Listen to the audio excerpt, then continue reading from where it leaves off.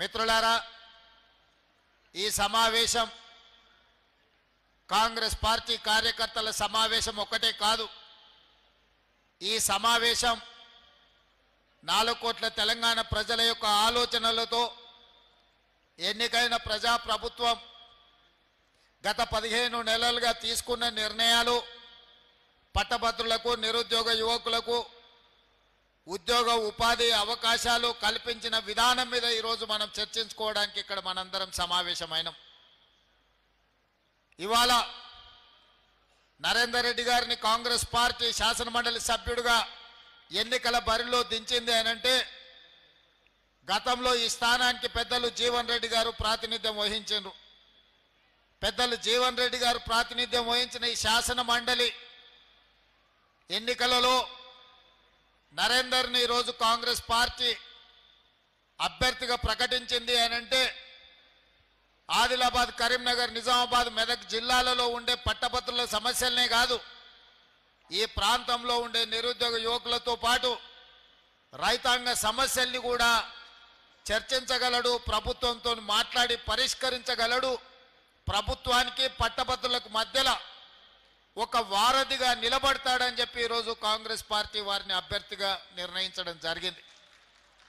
ఇవాళ చాలామంది చాలా రూపాలలో చాలా అంశాల గురించి మాట్లాడుతున్నారు. ముఖ్యంగా ఈరోజు ఎన్నికలలో బీఆర్ఎస్, బీజేపీ ఏ రకంగా కుట్రలు కుతంత్రాలు చేసి కాంగ్రెస్ పార్టీని, ప్రభుత్వాన్ని బలహీనపరచాలని, కాంగ్రెస్ పార్టీని ఓడించాలని కుట్రలు చేస్తున్నారో ఈరోజు మీరందరూ కూడా ఆలోచన చేయండి.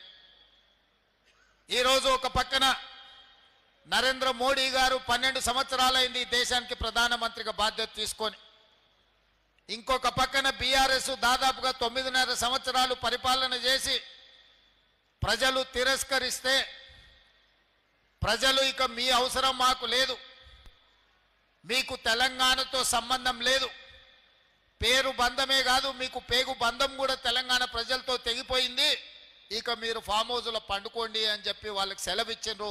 అందుకే చంద్రశేఖరరావు గారు ఈరోజు ఫామ్ హౌస్లో పడుకున్నాడు. అయినా ఈరోజు ప్రజలు తిరస్కరించిన కుట్రలు మాత్రం మానలేదు. ఇవాళ పదే పదే బీఆర్ఎస్ వాళ్ళు మాట్లాడుతున్నారు, కాంగ్రెస్ పార్టీ ఎన్నికల్లో ఎట్లా గెలుస్తుంది, కాంగ్రెస్ పార్టీ ఓడాలి అని అంటున్నారు. నేను అడుగుతున్న బీఆర్ఎస్ నాయకులను, అసలు మీరు ఏ అభ్యర్థికి ఓటేయమని చెప్తున్నారో మొట్టమొదట మీరు తెలంగాణ ప్రజలకు చెప్పండి. ఈ 4 జిల్లాలలో ఉన్న పట్టభద్రులకు, మెదక్, నిజామాబాద్, కరీంనగర్, ఆదిలాబాద్లో ఉన్న పట్టభద్రులకు బీఆర్ఎస్ నాయకులు ఏ అభ్యర్థికి ఓటేసి కాంగ్రెస్ పార్టీ అభ్యర్థిని ఓడించమని విజ్ఞప్తి చేస్తున్నారని నేను అడుగుతున్నా. ఇవాళ కాంగ్రెస్ పార్టీని ఎట్టి పరిస్థితుల్లో గెలిపించొద్దని మీరు మాట్లాడుతున్నారు. ఈరోజు మీ పరిస్థితి మీరు ఎప్పుడైనా అంచనా వేసుకున్నారా? 2023 డిసెంబర్లో జరిగిన ఎన్నికల్లో మీరు అధికారం కోల్పోయినారు. 2024 మే, జూన్లో జరిగిన పార్లమెంట్ ఎన్నికల్లో మీకు గుండు 0 వచ్చింది, 8 సీట్లలో డిపాజిట్లు జప్తు అయిపోయినాయి. ఇవాళ 2025 ఫిబ్రవరి శాసనమండలి ఎన్నికల్లో మీకు ఎన్నికల బరిలో దించడానికి అభ్యర్థే దొరకలేదు. ఈరోజు ఎన్నికల పోటీలో నిలబడని రాజకీయ పార్టీ, ప్రధాన ప్రతిపక్షం అని చెప్పుకునే బీఆర్ఎస్ ఇవాళ మీకు రాజకీయ పార్టీగా చెప్పుకోవడానికి మీకు అర్హత ఉన్నదా అని నేను అడుగుతున్నా. స్పష్టంగా తెలంగాణ ఉద్యమంలో ముందు భాగాన నిలబడి తెలంగాణ రాష్ట్రాన్ని సాధించడంలో ఈరోజు విజయం సాధించింది పట్టభద్రులు. ఈ పట్టభద్రులే నిరుద్యోగ యువకులుగా, ఉద్యోగ సంఘాల నాయకులుగా తెలంగాణ ఉద్యమాన్ని ముందుండి నడిపించి తెలంగాణ రాష్ట్రాన్ని సాధించిన వాళ్ళు ఎవరైనా ఉన్నారు అని అంటే ఈరోజు తెలంగాణ రాష్ట్రంలో పట్టభద్రులు అని చెప్పక తప్పదు.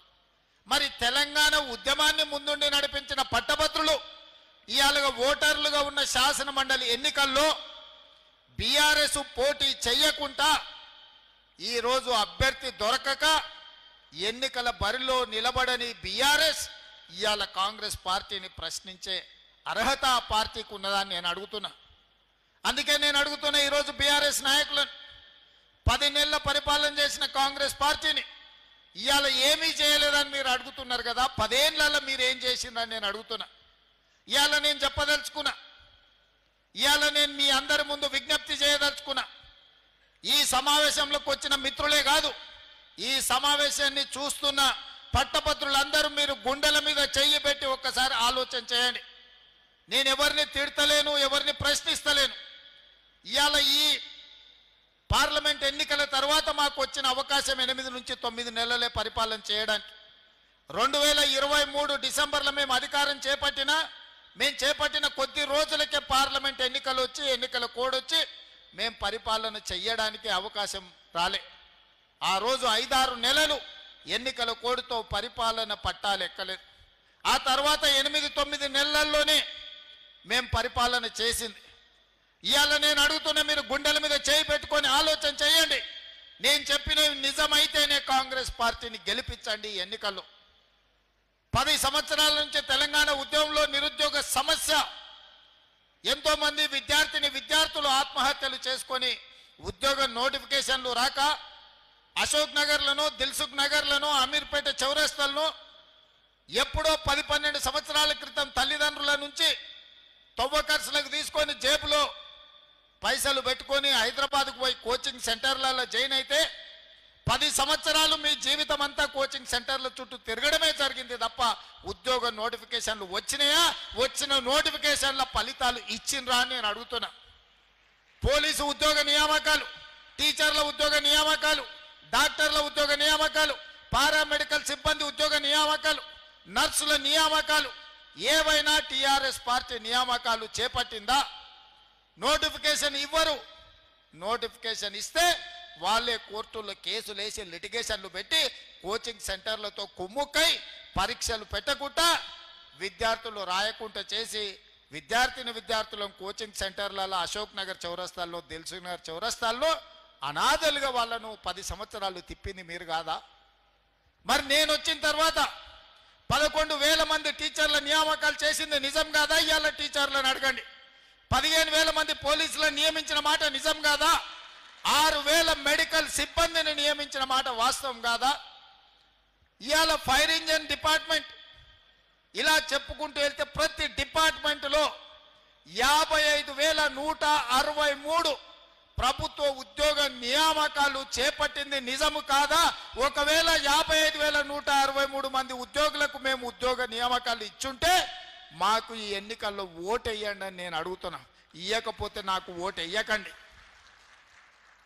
అదేవిధంగా టీచర్లు 10 ఏళ్ళు ప్రమోషన్లు లేవు, 10 ఏళ్ళు బదిలీలు లేవు.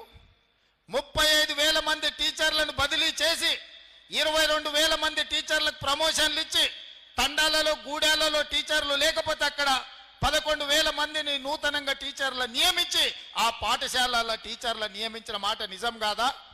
ఇవాళ ఈ ట్రాన్స్ఫర్లైన 35,000 మంది టీచర్లు, ప్రమోషన్లు వచ్చిన 22,000 మంది టీచర్లను, కొత్తగా నియామకమైన 11,000 మంది టీచర్లను నేను అడుగుతున్నా. నేను చేసింది నిజమే అయితే మీ గుండెల మీద చేయి పెట్టుకొని ఒక్కసారి ఆలోచన చేసి రేవంత్ రెడ్డి చెప్పింది నిజమైతే పట్టభద్రుల ఎన్నికలలో నాకు ఓటు వేయండి. నేను చెప్పింది అబద్ధమైతే అవతలకు ఓటు వేయండి.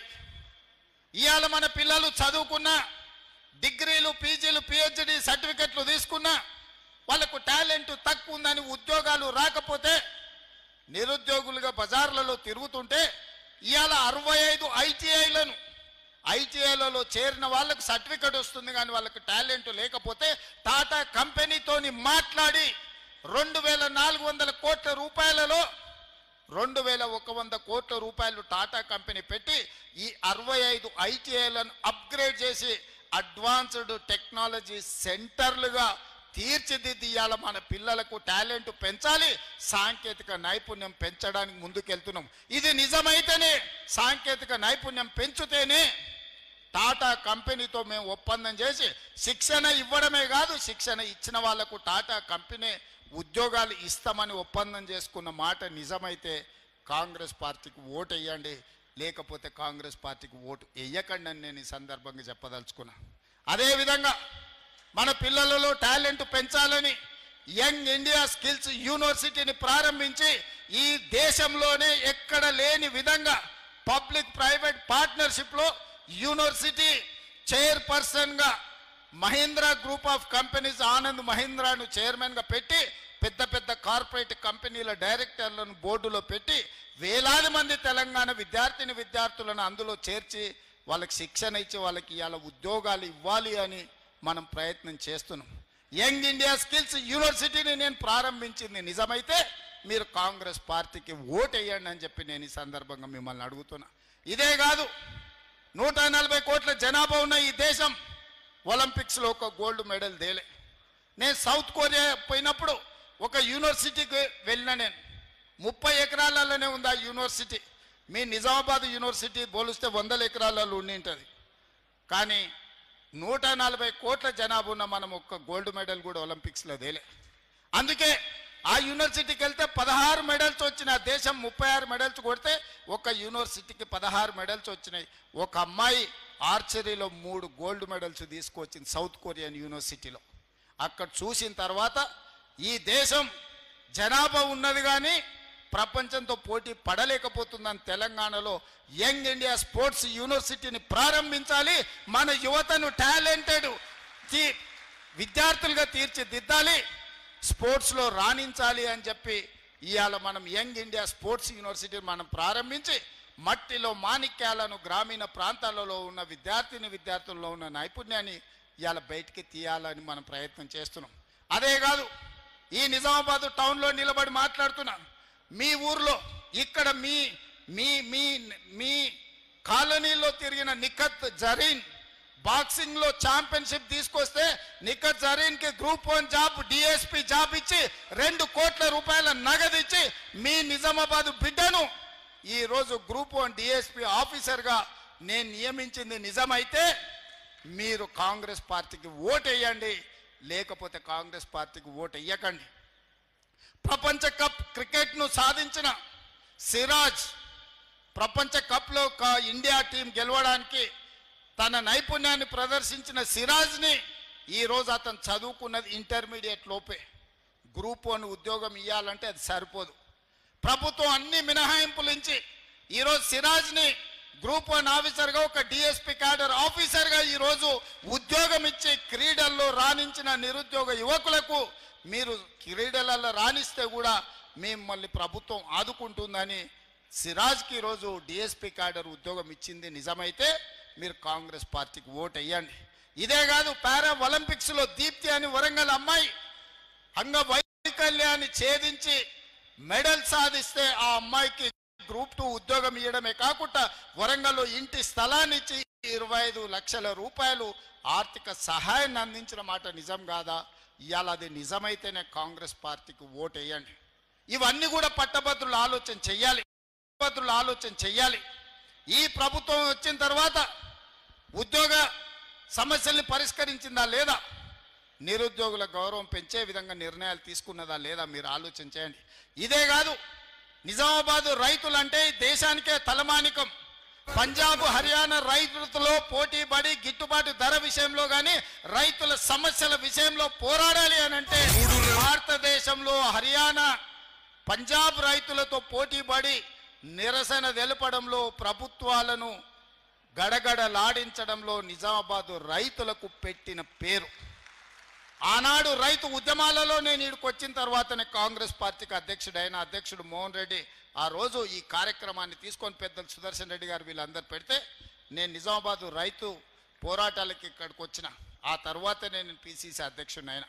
అలాంటి నిజామాబాద్ రైతులను నేను అడుగుతున్నా, మీరు చెప్పండి, 25,50,000 మంది రైతులకు 21,000 కోట్ల రూపాయలు 2 లక్షల వరకు రైతు రుణమాఫీ చేసుంటేనే లెక్కలు చూసి మరి కాంగ్రెస్ పార్టీకి ఓటేయండి.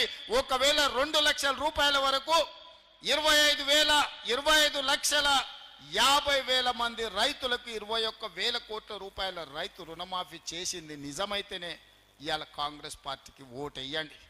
ఇదే కాదు, ఇవాళ రైతు భరోసాలో ప్రతి ఎకరాకు 6,000 చొప్పున సంవత్సరానికి 12,000 ఇవాళ రైతు భరోసా మీ ఖాతాలలో పడితేనే కాంగ్రెస్ పార్టీకి ఓటేయండి. ఇవాళ మీకు ఉచితంగా 24 గంటల కరెంట్ ఇస్తేనే కాంగ్రెస్ పార్టీకి ఓటేయండి. ఇవాళ శ్రీరామ్ సాగర్ అయినా నిజాం సాగర్ అయినా ఈ ప్రాంతంలో నీటి ప్రాజెక్టులను కట్టి ప్రజలకు అందుబాటులో తీసుకొచ్చి నీళ్లు తీసుకొచ్చి రైతులను ఆదుకున్నది కాంగ్రెస్ పార్టీ అయితేనే గుత్పా అలీసాగర్ లాంటి ప్రాజెక్టులను కాంగ్రెస్ పార్టీ ముందుకు తెచ్చింది కాబట్టి ఇవాళ నిజామాబాదులో పసిడి పంటలు పండుతున్నాయి. ఇవాళ మీ గిట్టుబాటు ధరల విషయంలో అదే కాదు, ఈ ప్రాంతంలో వడ్లు అత్యధికంగా పండిస్తారు. ఇవాళ మీరు ఆలోచన చేయండి, గుండెల మీద చేయి పెట్టుకొని ఆలోచన చేయండి. 500 రూపాయలు సన్న ఓట్లు పండించిన రైతులకు బోనస్ ఇచ్చుంటేనే కాంగ్రెస్ పార్టీకి ఓటేయండి, లేకపోతే నాకు ఓటేయకండి. మీరు ఆ ఓటు ఎవరికైనా వేసుకోండి. ఇలా సన్న ఓట్లు పండించిన రైతులకు 500 రూపాయల బోనస్ ఇచ్చింది మేము కాదా? మీరు ఒక్కసారి ఆలోచన చేయండి మిత్రులారా. ఇవాళ ఒక్కొక్కటిగా సమస్యల్ని పరిష్కరించుకుంటూ ఆర్థిక ఇబ్బందులను అధిగమించుకుంటూ ఈరోజు ముందుకు నడిపిస్తున్నది ప్రభుత్వం. ఆదాయం పడిపోయింది, అప్పులు పెరిగిపోయినాయి. 69,000 కోట్ల రూపాయలతో 2014లో చంద్రశేఖరరావు గారికి రాష్ట్రాన్ని అప్పచెప్తే 2024 తిరిగి మళ్ళీ కాంగ్రెస్కి అప్పచెప్పేటప్పటికి 7,11,000 కోట్ల రూపాయల అప్పులు చేసిండు చంద్రశేఖరరావు. ఆనాడు సంవత్సరానికి 6,500 కోట్ల రూపాయలు అప్పు చెల్లించేది ఉంటే ఈనాడు ప్రతి నెల 6,500 కోట్ల రూపాయలు నేను అప్పు చెల్లిస్తున్న సంవత్సరానికి 75,000 కోట్లు ఈరోజు కేసీఆర్ చేసిన అప్పులకు అసలు మిత్తి నేను కడుతున్నా. ఈ సంవత్సరం మొత్తం 75,000 కోట్ల రూపాయలు కట్టిన. ఈయన తెచ్చిన అప్పులకు అసలు మిత్తి కట్టడానికి నేను కొత్త అప్పులు చేయాల్సి వచ్చింది. 60,000 కోట్ల ఇప్పుడు అప్పు చేసి ఇంకో 15,000 కోట్ల రూపాయలు నేను సంపాదించింది కలిపి చంద్రశేఖరరావు చేసిన అప్పుకు నేను కప్పం కట్టిన 75,000 కోట్ల రూపాయలు.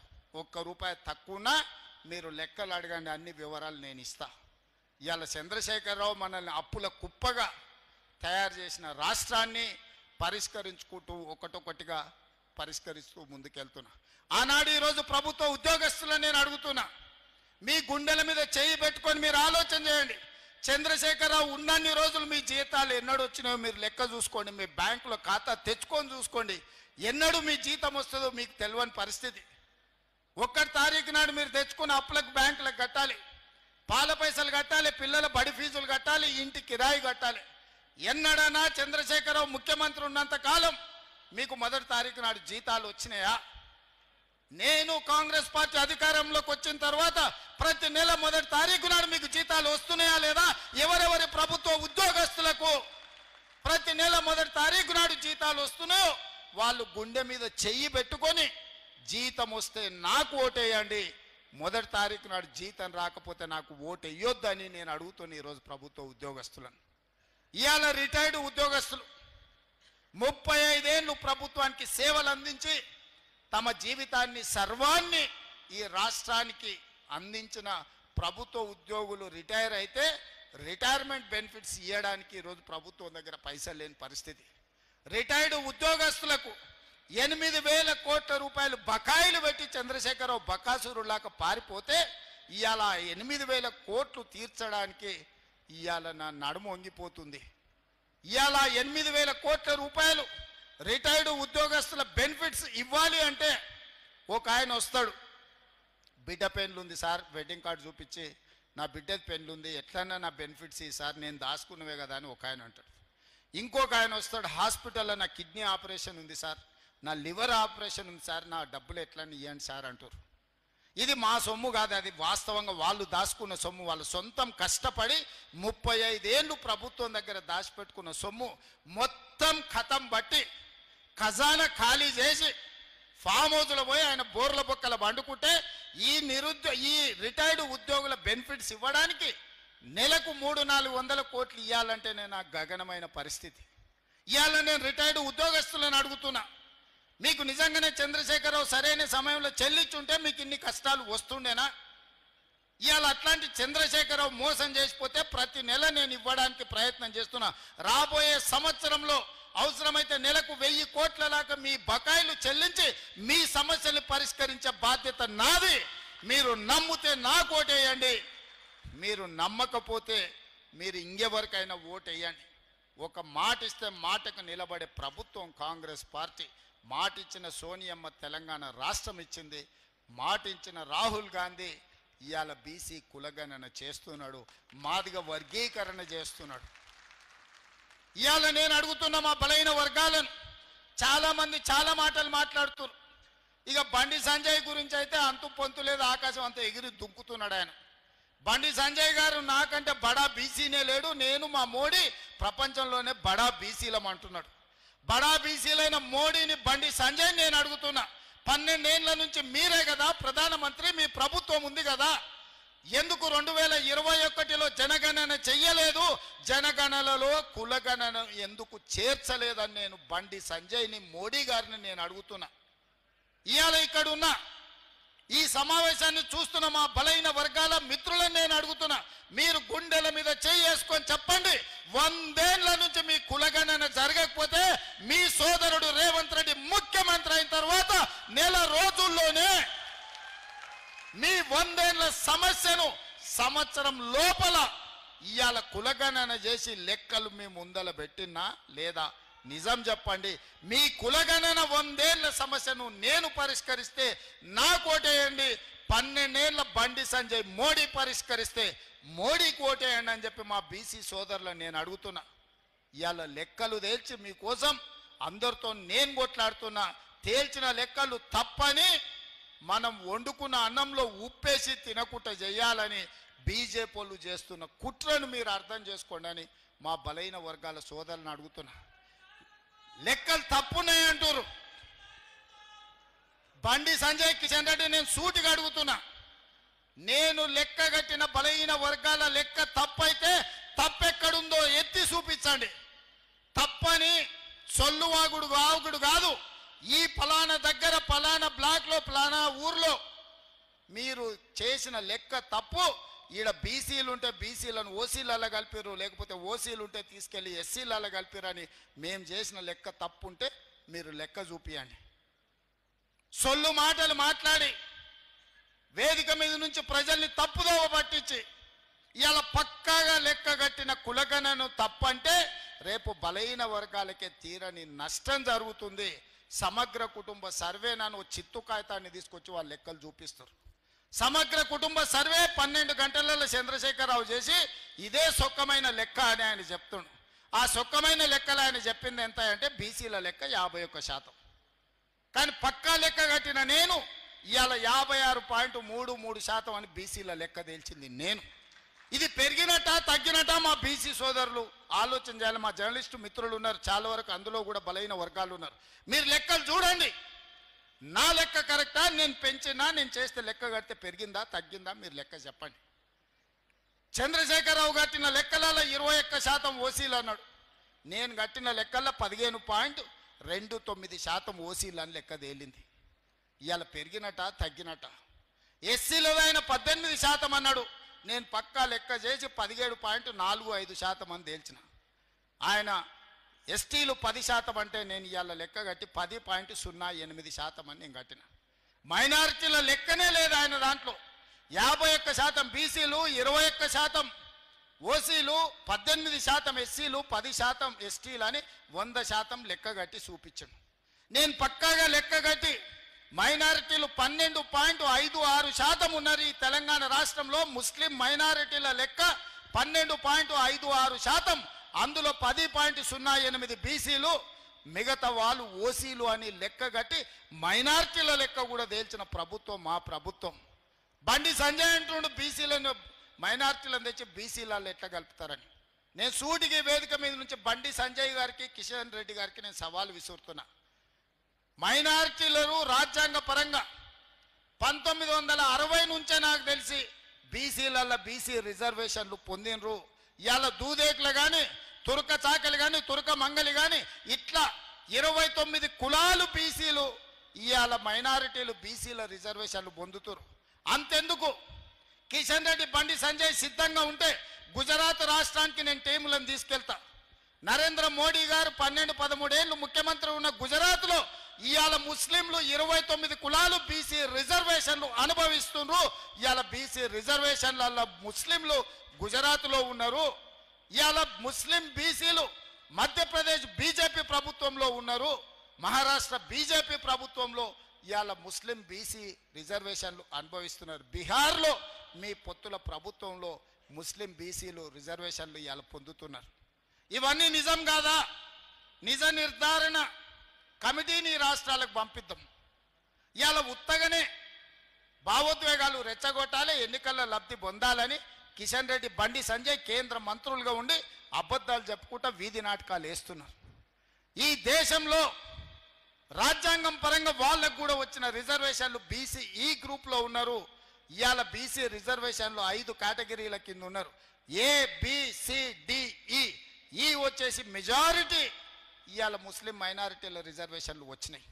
దూదేకులోళ్ళు బీసీ బి గ్రూప్లు ఉన్నారు. ఇది నేను ఇచ్చింది కాదు, డాక్టర్ బాబాసాహెబ్ అంబేద్కర్ ఇచ్చిన రిజర్వేషన్ల నుంచి దూదేకుల వాళ్ళు ఇవాళ బీసీ బి రిజర్వేషన్లు ఉన్నారు. ఇవన్నీ రేవంత్ రెడ్డి నిన్నమన్న తెచ్చినాయి కాదు. నేను ఎవరిని ఎందులో నేర్చలే. ఎవరు ఎందులో ఉండరో రాజ్యాంగం పరంగా ఎవరెవరికి అధికారం వచ్చిందో వాళ్ళు లెక్కలు కట్టి లెక్కలు మాత్రమే నేను చెప్పిన.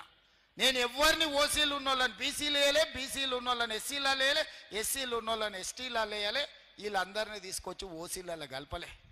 ఉన్నోళ్ళు ఉన్నట్టు వివరాలు ఇచ్చినట్టు లెక్క కట్టి ఈ రాష్ట్రంలో జనాభా ఇంత ఉన్నారని 100 ఏళ్ల నుంచి బలహీన వర్గాలు మా లెక్క ఎంతో మాకు చెప్పండి అని అడుగుతుంటే ఆ సమస్యకు నేను పరిష్కారం చూపించిన. అందుకే ఇవాళ మా బలహీన వర్గాల సోదరులు నేను అడుగుతున్నా, మీరు గుండెల మీద చెయ్యి పెట్టుకొని ఆలోచన చేయండి. 100 ఏళ్ల మీ సమస్యకు రేవంత్ రెడ్డి పరిష్కారం చూపించి 1 సంవత్సరంలోనే మీ కులగణన చేసి మీ ఆత్మగౌరవాన్ని నిలబెట్టుంటే మీరు నాకు ఓటేయండి.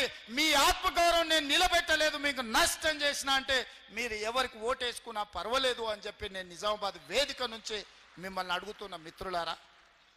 ఇవాళ మా మాదిగ ఉపకులాల సోదరులు మా డాక్టర్ లక్ష్మీకాంతరావు గారి నుంచి ఇక్కడ ఉన్నారు. చాలామంది మా దళిత సోదరులు వేదిక మీద ఉన్నారు, ఎమ్మెల్యేలుగా, ఎమ్మెల్సీలుగా, రకరకాల హోదాలలో. ఇవాళ నేను అడుగుతున్న 30 ఏళ్ల నుంచి మీరు కొట్లాడని రోజు లేదు, మీరు త్యాగం చేయని రోజు లేదు. మీరు ఇన్ని కొట్లాడి గల్లీ నుంచి ఢిల్లీ వరకు కొట్లాడారు. మోడీని మీ కృష్ణమాదిగ కౌగిలించుకున్నాడు, మోడీ కృష్ణమాదిగ ముద్దు పెట్టిండు, కానీ మీ లెక్క చెప్పిన ఆడ వర్గీకరణ చేసిండా? ఇవాళ నేను అడుగుతున్న మా మాదిగ ఉపకులాల సోదరులను, 30 ఏళ్ళ మీ సమస్యను మాదిగ ఉపకులాల వర్గీకరణ చేసి లెక్క గట్టి ఎవరికి ఎంత ఇవ్వాలో అంత చట్టం చేసి మంత్రివర్గంలో ఆమోదిస్తే ఇవాళ మా మాదిగ సోదరులు మాదిగ ఉపకులాలు కొంతమందికి కష్టం ఉండొచ్చు, కొంతమందికి నష్టం ఉండొచ్చు, కొంతమందికి ఇష్టం ఉండొచ్చు, కానీ సుప్రీంకోర్టు ఇచ్చిన జడ్జిమెంట్ ప్రకారం ఎస్సీ ఉపకులాల వర్గీకరణ చేసింది నేను కాదా? ఇవాళ నేను అడుగుతున్న మా ఎస్సీ సోదరులను, ఎస్సీ వర్గీకరణ చేసింది రేవంత్ రెడ్డి అయితే నరేందర్కు ఓటేయండి, నరేందర్ను గెలిపించండి. ఇవాళ నేను చెయ్యలేదు అంటే మోడీ మీకు చేసిండంటే మోడీకి ఓటేయండి. 12 ఏళ్ళు ప్రధానమంత్రిగా ఉన్న నరేంద్ర మోడీ కృష్ణమాదిగను కౌగిలించుకున్నాడు, కానీ మీ వర్గీకరణ సమస్యకు పరిష్కారం చూపించిండా అని నేను అడుగుతున్నా. మరి సమస్యకు పరిష్కారం చూపించిన నా వైపు నిలబడతారా, మీ సమస్యను జటిలం చేసిన బీజేపీ వైపు నిలబడతారా? మీరు ఆలోచన చేయండి అని మా మాదిగ సోదరులు, ఉపకులాల సోదరులను, మా దళిత సోదరులను నేను అడుగుతున్నా. మిత్రులారా, ఇవాళ ఆలోచన చేయండి. 10 నెలల్లో నేను చేసిన పనులను మీరు లెక్క కట్టండి. 12 ఏళ్ళు నరేంద్ర మోడీ పరిపాలనను, 10 ఏళ్ళు చంద్రశేఖరరావు పరిపాలనను మీరు అంచనా వేయండి. ఇవాళ ఈ సమస్యలన్నిటిని దృష్టిలో పెట్టుకొని ఇవాళ నాకు అండగా నిలబడడానికి, నాకు తోడుగా ఉండడానికి శాసన మండలిలో మీ పట్టభద్రుల సమస్యల్ని ప్రస్తావించడమే కాదు, ప్రభుత్వం దృష్టికి తీసుకొచ్చి బాజాబ్తా ముఖ్యమంత్రి దగ్గరికి నరేందర్ రెడ్డి కాగితం పట్టుకొని మిమ్మల్ని చేయి పట్టుకొని వచ్చి మీ సమస్యలు పరిష్కరిస్తాడు. ఇవాళ మీ చేయి పట్టుకొని మీ సమస్యలు పరిష్కరించేటోడు మీ ఎమ్మెల్సీ కావాలన్నా, మీరు ఓటేసిన తర్వాత దొంగకు దొరకకుండా తుపాకీ గుండుకు అందకుండా పోయేటోడు మీకు ఎమ్మెల్సీ కావాలన్నా? మీరు ఆలోచన చేయండి మిత్రులారా. ఇవాళ మీరు ఆలోచన చేయండి. ఈ ఓట్లు ఆషామాషి ఓట్లు కాదు. ఒక ఎమ్మెల్సీ గెలుపు ఓటమితోని, ఎమ్మెల్సీలతోని ప్రభుత్వం మనగడికి ఏం ప్రమాదం లేదు. నరేందర్ గెలిచినా గెలవకపోయినా నా ప్రభుత్వానికి వచ్చిన ప్రమాదం ఏం లేదు. కానీ నరేందర్ రెడ్డి ఓడిపోతే మీ సమస్యలు పరిష్కరించేవాడు, మీ తరఫున మాట్లాడేవాడు, మీ తరఫున ఈ ప్రభుత్వంతో చర్చించేవాడు లేకుండా పోతాడు. అది మీకే నష్టం జరుగుతుంది తప్ప మీకు లాభం చేకూర్చదని చెప్పి నేను ఈ సందర్భంగా తెలియజేస్తున్నా. మీ సమస్యలకు శాశ్వత పరిష్కారం చూపించాల్సింది తెలంగాణ రాష్ట్ర ప్రభుత్వం. తెలంగాణ రాష్ట్ర ప్రభుత్వంతో చర్చించాల్సింది మిత్రుడు నరేందర్ రెడ్డికి ఓటేసినప్పుడే మీ సమస్యలకు పరిష్కారం దొరుకుతుంది అని చెప్పి నేను ఈ సందర్భంగా తెలియజేస్తున్నాను. అంతెందుకు ఇక్కడ మీడియా మిత్రులు ఉన్నారు, హైదరాబాద్లో ఉన్న వాళ్ళని అడగండి. ఆనాడు రాజశేఖర రెడ్డి గారు ఉన్నప్పుడు జర్నలిస్టులకు ఇండ్ల పట్టాలు ఇచ్చాడు. 10 ఏళ్ళు చంద్రశేఖరరావు మీ ఇండ్ల పట్టాలన్నా మీ భూమి ఏడుందో చూపించినాడా, మీ కాగితమాన్ని ఇచ్చిండా? నేను వచ్చిన తర్వాత మిమ్మల్ని అందరినీ పిలిచి రవీంద్ర భారతిలో 1000 కుటుంబాలను మిమ్మల్ని పిలిచి మీకు భోజనం పెట్టి మీ ఇండ్ల పట్టాలు మీ భూమికి మీకు అప్పచెప్పింది నేను కాదా? 10 ఏళ్ళు చంద్రశేఖరరావు మీ ఇండ్ల పట్టాల గురించి కాదు, మీ ఆరోగ్య భద్రత కార్డు గురించి కూడా ఇవ్వలే. కోవిడ్లో మీ జర్నలిస్టులు చచ్చిపోతే పట్టించుకున్న పాపాన వల్లే ఢిల్లీలో ఉన్న మీ జర్నలిస్టులకు ఆరోగ్య భద్రత కార్డు కూడా ఇవ్వకపోతే జర్నలిస్టుల సమస్యలను పరిష్కరించాలని మిమ్మల్ని పిలిచి మాట్లాడి మీ భూమి మీకు అప్పచెప్పింది నేను కాదా మిత్రులారా? ఇన్ని పనులు 10 నెలల్లో నేను చేస్తే ఏమి చేయలేదు రేవంత్ రెడ్డి అని బండి సంజయ్ కేటీఆర్ ఇద్దరు కలిసి నోటుకొచ్చింది మాట్లాడుతున్నారు. ఎన్నికల్లో పోటీ చేయను అని అసలు మాట్లాడే అర్హత ఉందా అని నేను అడుగుతున్నా. మొదట్లో అధికారం బాయ్, రెండోసారి డిపాజిట్లు బాయ్, మూడోసారి నీకు అభ్యర్థి దొరకకపోయా కేటీఆర్. ఇంకా నువ్వేంది నువ్వు మాట్లాడేది ఏంది? నీకున్న అర్హత ఏంది? తెలంగాణ సమాజం నిన్ను ఎప్పుడో బహిష్కరించింది. తెలంగాణ సమాజంలో నువ్వు మనిషివే కాదు, నువ్వు ఓటర్ లిస్టులో లేనే లేవు, ఈ లెక్కలలోనే లేవు. నువ్వు లెక్కలలో ఉంటే ఎన్నికల్లో పోటీ చేసి ఉండేటోని. ఇవాళ బండి సంజయ్ అంటూ కేటీఆర్ని ఎందుకు అరెస్ట్ చేస్తలేవని నేను అడుగుతున్న. బండి సంజయ్ని నువ్వు కేంద్ర హోంశాఖ సహాయ మంత్రివి కదా, టెలిఫోన్ ట్యాపింగ్లో ప్రభాకరరావు శ్రవణ్ రావు అమెరికాకు పారిపోతే పట్కరమని రెడ్ కార్నర్ నోటీస్ ఇప్పించి కేంద్ర ప్రభుత్వానికి పంపిస్తే ఆ కాగితం సంఖ్యలో పెట్టుకొని బీఆర్ఎస్ వాళ్ళతో బేరం చేసుకోరు. ఈ ఎమ్మెల్సీ ఎన్నికల్లో మాకు మద్దతు ఇస్తే ప్రభాకర్ రావును శ్రవణ్ రావును మేము పట్టుకరాము, లేకపోతే వాళ్ళని పట్టుకొస్తే మిమ్మల్ని కూడా బొక్కలేస్తాడు రేవంత్ రెడ్డి అని మీరు అడ్డం పడ్డది మీరు కాదా? ఇవాళ కేసీఆర్ హరీష్ను కేటీఆర్ను టెలిఫోన్ ట్యాపింగ్ కేసులో అరెస్టు కాకుండా అడ్డుకుంటున్నదే కిషన్ రెడ్డి బండి సంజయ్. ఎందుకంటే ప్రభాకర్ రావును శ్రవణ్ రావును విదేశాల నుంచి ఇక్కడికి రప్పిస్తే 48 గంటలలో ఇలా బండారం బయటపడుతుంది, అందరిని తీసుకుపోయి చెర్లపల్లి జైల్లో పెడతామని చెప్పి ఈ కాగితం అడ్డం పెట్టి బ్లాక్మెయిల్ చేసి ఎన్నికల్లో పరోక్షంగా వాళ్ళ మద్దతు తీసుకుంటున్నది బీజేపీ వాళ్ళు కాదా అని చెప్పి నేను ఈ సందర్భంగా అడుగుతున్నా. బండి సంజయ్ గారు, నీకు చిత్తశుద్ధి ఉంటే మేము గొర్రెల స్కామ్ కింద ఏసీబీలో కేసు కట్టి మేము విచారణ చేస్తే ఫైళ్ళన్నీ మీ ఈడీ వాళ్ళు తీసుకుపోయినారు. ఈడీ వాళ్ళు ఎందుకు ఈ గొర్రెల స్కామ్లో టీఆర్ఎస్ వాళ్ళని ఒక్కరిని కూడా అరెస్ట్ చేయలే?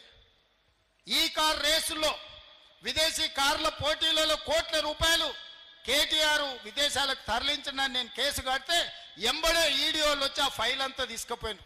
ఎందుకు ఈ కార్ రేసుల్లో కేటీఆర్ను ఈడీ వాళ్ళు అరెస్టు చేయలేదని నేను అడుగుతున్నా.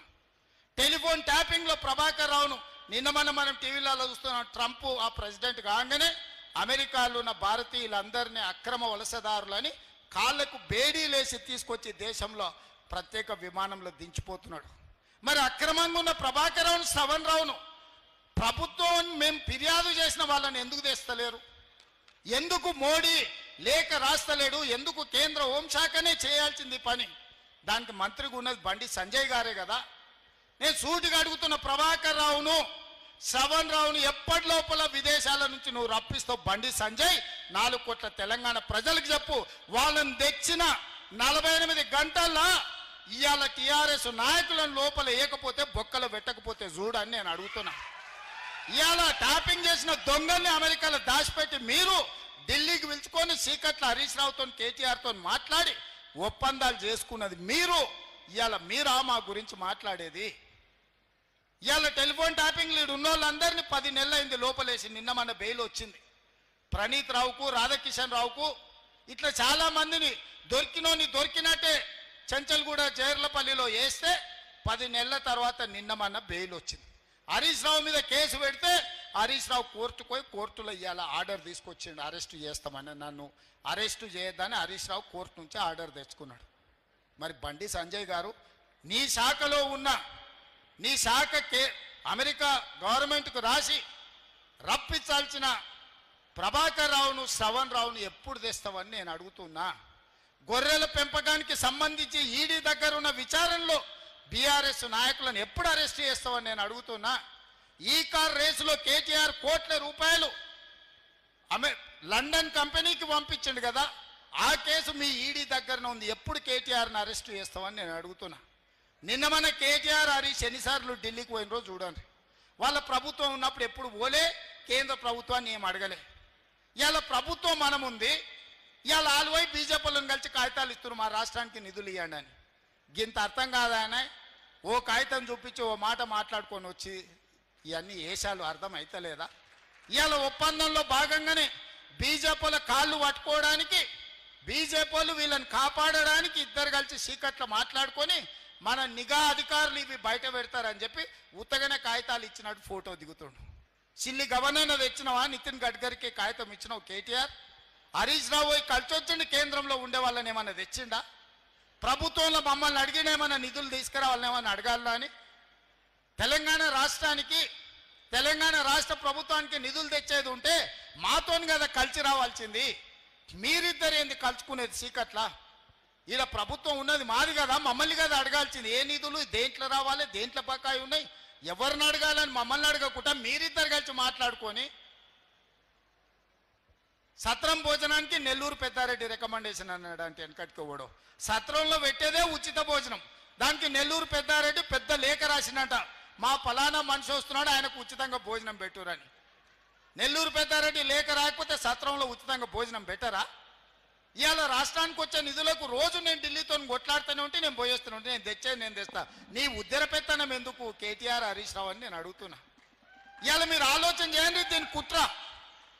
ఇవాళ ఎందుకు బీఆర్ఎస్ ఎన్నికల్లో పోటీ చేయలేదు? ఎన్నికల్లో పోటీ చేయనప్పుడు వాళ్ళు ఈ ఓట్లు ఎవరికి ఏమంటారు?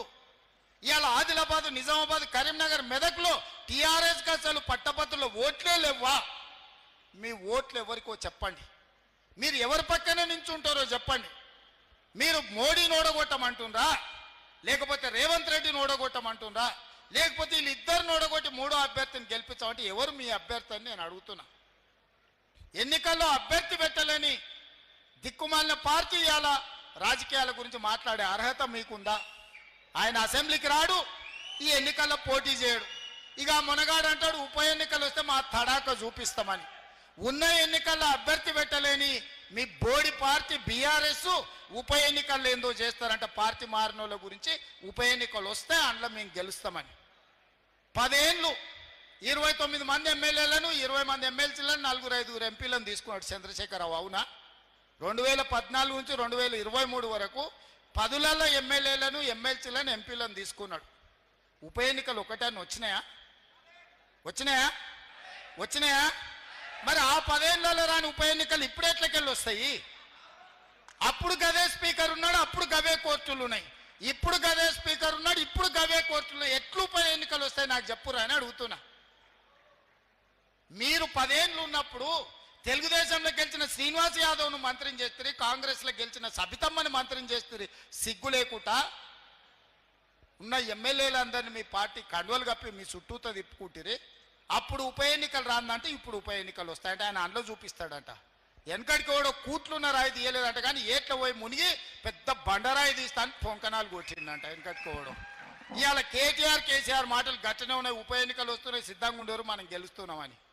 ఉన్న ఎన్నికల్లో పోటీ చెయ్యి. ఈ ఎన్నికల్లో నీ అభ్యర్థి ఎవడో చెప్పు.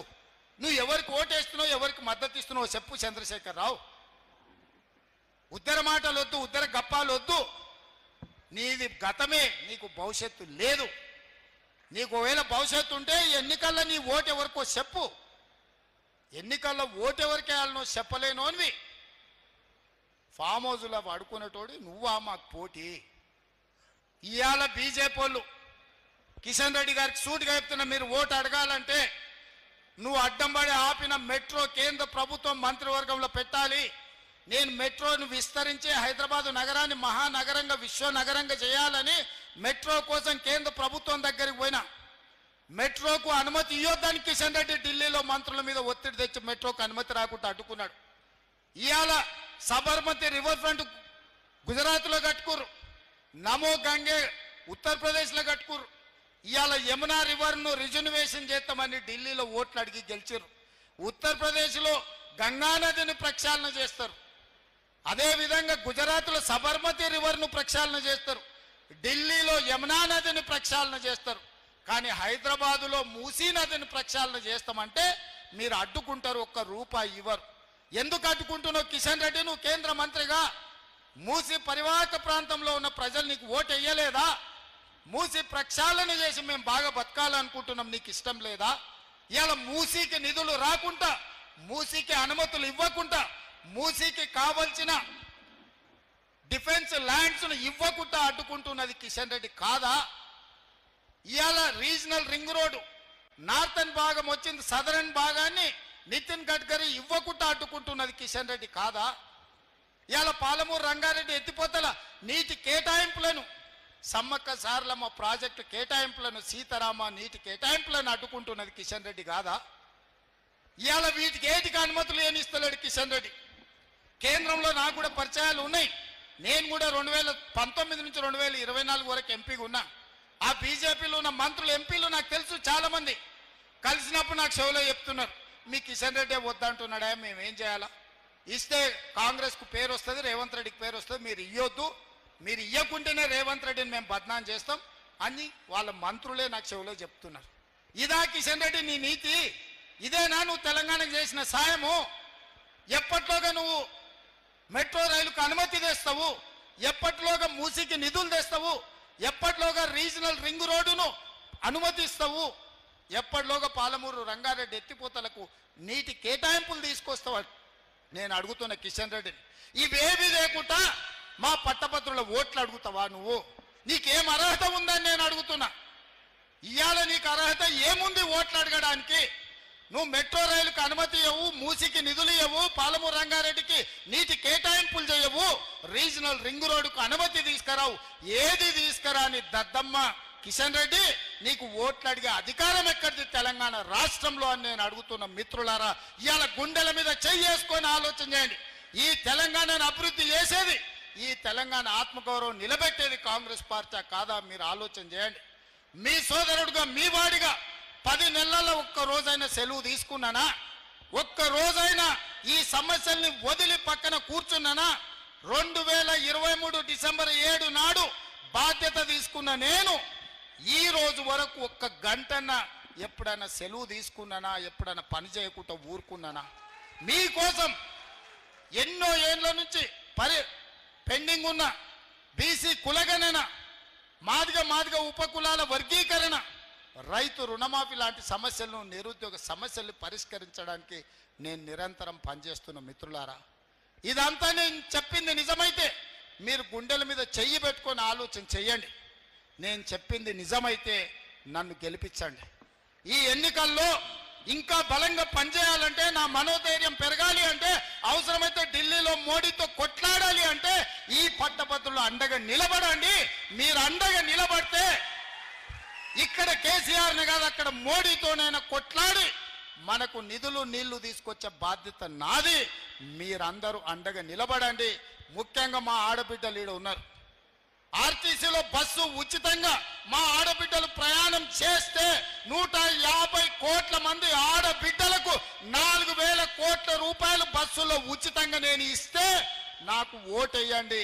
మీకు బస్సుల్లో ఎవరైనా టికెట్ పైసలు అడిగితే నాకు ఓటు వేయొద్దని మా ఆడబిడ్డలకు నేను చెప్పదలుచుకున్నా.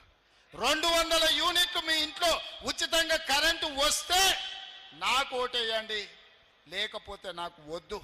మీ అమ్మని అడగండి, ఇంటికి పోయినాక 500 రూపాయలకు సిలిండర్ మా ఆడబిడ్డలకు వస్తే ఓటు నాకేయండి, లేకపోతే ఓటు ఇయ్యకండి అని చెప్పి మా ఆడబిడ్డలను అడుగుతున్నా. స్వయం సహాయక సంఘాలను 67 లక్షల మందిని ఇవాళ ఆత్మగౌరవం లేకుండా ఉంటే సంఘాలను మళ్ళీ పునరుద్ధరించి 1 కోటి మంది ఆడబిడ్డల్ని కోటీశ్వరులను చేయాలన్న ఆలోచనతోని ఇవాళ వ్యాపారాలు ప్రారంభించడమే కాదు, 600 ఎలక్ట్రిక్ బస్సులు ఆడబిడ్డలకు ఇప్పించి లక్షాధికారులను కోటీశ్వరులను మిమ్మల్ని చేయడానికి మీకు బస్సులు ఇప్పించుంటే నాకు ఓటేయండి, లేకపోతే ఓటు వేయకండి. ఇవాళ 1000 మెగావాట్ల సోలార్ విద్యుత్ ఉత్పత్తి మహిళా సంఘాలకు ఇచ్చినాం. అదానీ అంబానీలతో పోటీ పడే సోలార్ విద్యుత్ ఉత్పత్తి వ్యాపారం ఈరోజు ఆడబిడ్డల దగ్గరికి తీసుకొచ్చినాం. శిల్పారామం హైటెక్ సిటీ పక్కన స్వయం సహాయక సంఘాలు చేసిన ఉత్పత్తులు అమ్ముకోవడానికి 3.5 ఎకరాలు 150 షాపులు మీ ప్రోడక్ట్స్ అమ్ముకోవడానికి అక్కడ భూమి ఇచ్చిన, అక్కడ షాపులు ఇచ్చిన. శిల్పారామం పక్కన మీ పేరు మీద 3.5 ఎకరాల భూమి ఉంటే షాపులు ఉంటే నాకు ఓటేయండి, లేకపోతే మీరు ఎవరికైనా ఓటేసుకోండి అని మా ఆడబిడ్డలకు నేను విజ్ఞప్తి చేస్తున్నా. ఇవన్నీ కూడా మీరు ఆశీర్వదించి అండగా నిలబడ్డారు కాబట్టి నేను చేయగలిగిన. రేపు భవిష్యత్తులో కూడా ఇంకా చాలా సమస్యలు ఉన్నాయి. అన్ని సమస్యలు పరిష్కరించినా నేను చెప్తలేను, ఇంకా ఉన్నాయి. వాటిని పరిష్కరించాలంటే మీరు అండగా నిలబడండి. మీరు అండగా నిలబడాలంటే నరేందర్ రెడ్డిని గెలిపించండి. ఇవాళ all force Narender Reddy Congress party అభ్యర్థి. ఇవాళ కాంగ్రెస్ పార్టీ నరేందర్ రెడ్డిని మీ పట్టభద్రుల ఎమ్మెల్సీ అభ్యర్థిగా ఈరోజు కాంగ్రెస్ పార్టీ నిర్ణయించింది. మీరందరూ అండగా నిలబడి నరేందర్ రెడ్డిని ఆశీర్వదించండి. నిండు మనసుతోని మీకు వారధిగా, మీకు సారథిగా నిలబడతాడు. మీ సమస్యల మీద ప్రభుత్వం దృష్టికి తీసుకొస్తాడు. ఆ సమస్యల్ని పరిష్కరించే బాధ్యత నాది అని చెప్పి తెలియజేస్తూ మీ అందరి దగ్గర సెలవు తీసుకుంటున్న మిత్రులారా, జై కాంగ్రెస్.